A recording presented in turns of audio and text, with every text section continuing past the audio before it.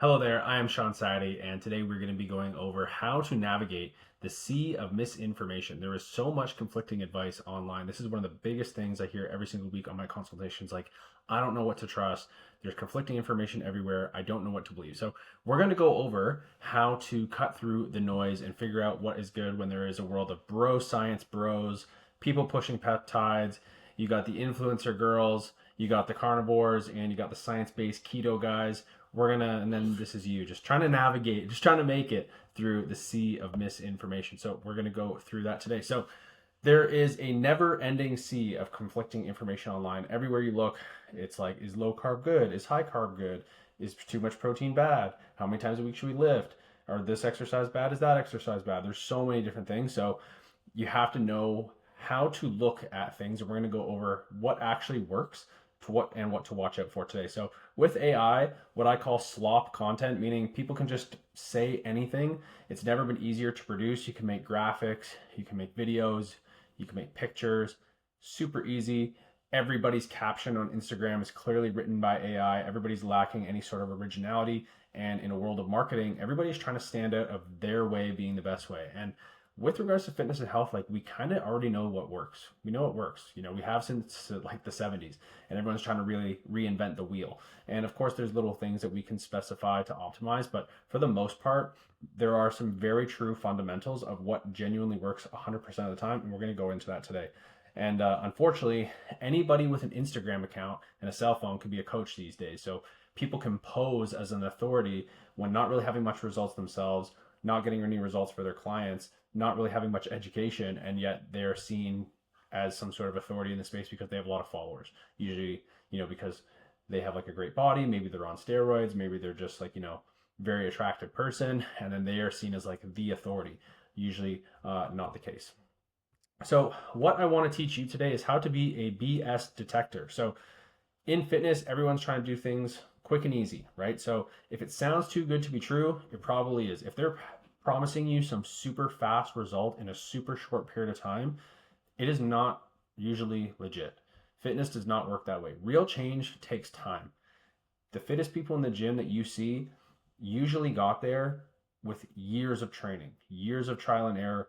The fastest you'll ever see any sort of like tremendous transformation is like 90 days, 120 days. And that's if you're doing like everything perfect 100% of the time. And that's usually not real life. So keep in mind, if somebody's promising you the world, it's probably too good to be true. Also, look out for like fads, gimmicks, trendy shortcuts. Uh, Ones that are on the rise right now are like peptides are all the rage, supplements are all the rage, keto, intermittent fasting. These kinds of things are trendy, and then over time they go away. Like carnivore was really, really big a couple years ago, and now everyone's like, wait, I actually like carbs. Carbs are not essential for performance, and carnivore seems to be dying off a little bit. Okay, so these are what I was talking about before, the fundamentals. This is what actually works in 2026 and always will. So training, nutrition, movement, and sleep. And we're going to go into each pillar specifically right now. So first one is training. So what works in terms of changing your body composition is resistance training. Resistance training is not just anything where a weight is in your hand. Resistance training is a very specific type of training where you are focusing on progressive overload. You are focused on training to failure. It usually has a mix of free weights, machines, cables, and you're doing a mixture of compound movements and isolation exercises. Resistance training is not like your normal F45 Orange Theory classes where like it's go, go, go, sweat, sweat, sweat. There's actually a lot of rest in resistance training because that rest allows you to push your sets harder. So for example, on like a shoulder press, you might do 15 pounds for 12 reps. That's as many as you could do. If your life depended on it, you could not have got that 13th rep. You're going to rest 2 to 3 minutes, go again. Rest 2 to 3 minutes, go again. And then you're going to hit another exercise. Repeat that for about 4 or 5 exercises. This is how resistance training works. Then over time, you get stronger in those lifts. That's what's going to be really what produces muscle growth and changes in your physique. But your training will have pretty much no impact if your nutrition is not on point. So nutrition, if you're trying to be losing body fat, you're trying to lean out, you need to be in a calorie deficit. You need to burn more calories than you use. It's very common, very basic. People want to make up some new way to invent the wheel. We understand calories very well. If you are in a calorie deficit, you will lose weight 100% of the time. If you are trying to build muscle, you want to usually be at calorie maintenance or surplus. Surplus, you will gain faster, but there's a limit to that. Your body can only gain muscle so fast, so you want to make sure that your surplus is not too big to where you're gaining excess levels of body fat. A lot of people now, what they do is they keep their calories at maintenance and they do what's called main gaining, where their calories are at maintenance and then they grow from here. The process that we do with our clients is we like to strip all the body fat down first and then build muscle, because one, when you look better, when you look leaner, you usually look better, you feel better, and your body's in a better position to build muscle faster, as opposed to when you have more body fat on your body's more predisposed to gaining fat faster due to what's called insulin resistance, insulin sensitivity.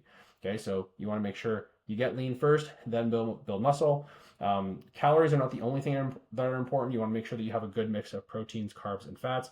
Protein is key for building muscle. You want to get about 1 gram per pound or per centimeter of height. I almost said per pound. I actually don't like the per pound model because it doesn't work on the extreme ends of the scale. It only works for like certain groups. For example, if you're 110, 120 pounds, I don't think 110, 120 is enough protein for you. If you're 190, 200, 200 plus pounds as a woman, I think 200 grams of protein is probably way too much. I like 1 gram per centimeter of height. So for most women, that's going to put you in the range of like 145 all the way up to maybe like 170. All right, I think that's a more reasonable range. In your diet, calories are not the only thing that matter. Yes, they matter in terms of weight gain, weight loss, but in terms of overall health and performance, you want to get whole foods. Single ingredient whole foods are best. So look at your labels. It should be single ingredient whole foods. And then fiber. You want to be getting about 10 to 15 grams of fiber per 1,000 calories. So if you have 2,000 calories in your diet, how much fiber are you going to have? Between 20 and 30 grams. Movement. This is how you're really going to like stay lean and also be able to perform. So 6 to 12,000 steps a day is great. Daily walking is really the foundation of an active lifestyle. Make sure in terms of heart health and performance, you're doing about 60 to 100 minutes total of zone 2 cardio per week. Zone 2 cardio is like not like a jog, but like a little bit above that. Like a little, actually, it's not quite a walk. It's like above a walk. It's in between a walk and a run. Maybe like a jog, pushing moderately hard on the Stairmaster, on the elliptical, on the spin bike. You're sweating. You probably couldn't hold a conversation. Your heart is beating higher than it would just through a brisk walk. This is really good for heart health, living longer, having better performance. So make sure you're getting your movement for burning body fat, increasing performance, and improving longevity. This is really important too, because I feel like a big problem most people get into these days is a lot of people have desk jobs, right? So if you're at desk or you're sitting down a lot of the day and the only movement you get is your workout, especially if you're doing resistance training, you're actually not burning that many calories. Resistance training, the goal is not to burn calories, it's to build muscle. And like I was saying before, a lot of resistance training is just rest. So if you're resting half of your workout and you're sitting down all day, you're actually not burning that many calories due to a lack of movement. So make sure you're getting the steps, make sure you're doing the cardio as well. It'll really pay off. You don't need to do a ton. 60 minutes across 4 workouts, that's 15 minutes post-workout. Very doable. Okay, sleep. So sleep is where recovery is made. It's where muscle is built. It is where stress is reduced. It's where fat is lost. Do not undermine sleep. It's the 4th pillar, but it's arguably one of the most important, if not the most important. So 8 to 9 hours is ideal. 7, 6, 5 hours of sleep, not great for health, not great for reducing risk of injury, very bad for muscle building, very bad for fat loss. Make sure you're getting your sleep. 10 to 15 minutes in the morning is key to having good sleep at night, because you want to make sure that you are setting your circadian rhythm throughout the day.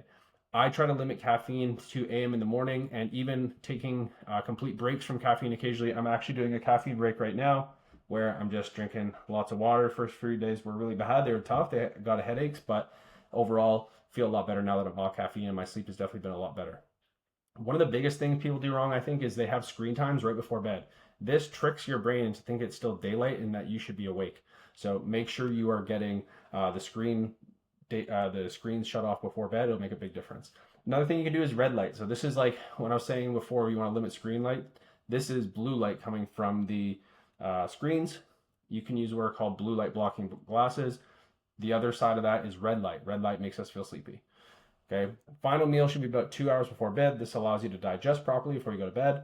I also like having 1 or 2 kiwis before a final meal. This produces melatonin, and then you can also use supplementation as well, such as magnesium biglycinate, L-theanine, and inositol. I like a wind down routine of like deep breathing, meditation, prayer. I do like my prayer every night. Really just kind of like gets me relaxed, and I fall asleep soon thereafter. You want to also try to keep the same bedtime, wake up time every day, and then use an eye mask and a cold room if you're trying to optimize your sleep quality. Okay, so when in doubt, hire a professional. Like instead of guessing, it's just easy to hire a professional. Makes it faster, easier, less guessing, more peace of mind. Even myself as a coach, sometimes I will second guess my own plan because I just want to like make everything perfect. I will often outsource that and hire a coach myself. Just tell me what to do and I follow it. And then also everybody in the world benefits from extra accountability. It just helps you stay consistent.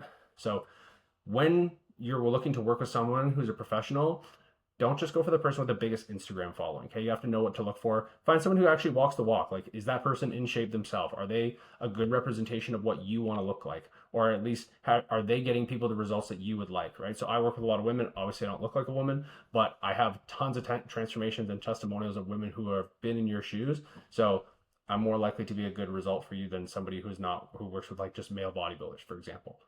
So try to find someone who has results of someone who's been where you're at, also has credentials and knowledge. You might be able to see in the background here. We've got all kinds of certifications. The education piece is important, right? Education and experience together, you're going to have great results. And then also go with someone who has an abundance of social proof, before and afters, testimonials, reviews. They should be able to not just have the result, but people speaking highly of them that they had a good experience. I think that's really going to be a key factor in you having longevity in seeing your results. So if you are looking for assistance, hire a coach. All right. There is a link in the description. If you click that, you can book a call to my personal calendar. That will set us up for a one-on-one consultation where we'll dive deeper into your goals, see where you might be struggling, and if it's a good fit, we'll go through with what next steps look like and get you enrolled. Okay, so here's a few client examples. We have Selena, who's down over 50 pounds. I think now to date, I think she's down about 70 pounds actually. Julia lost a bunch of body fat, built a bunch of muscle, total body recomp. Sarah, she was already pretty fit to come in, but she wanted to do a recomp, get a little bit leaner, add a little bit more muscle. I think we clearly did that. And then we have Steph B. She's down about 40 pounds in between these two pictures, looking, feeling her best. All right. So if you're interested in results like these, click the link in the description. I'm Shaun Sidey. Hope you enjoyed this video. Comment below, like, subscribe. Talk soon.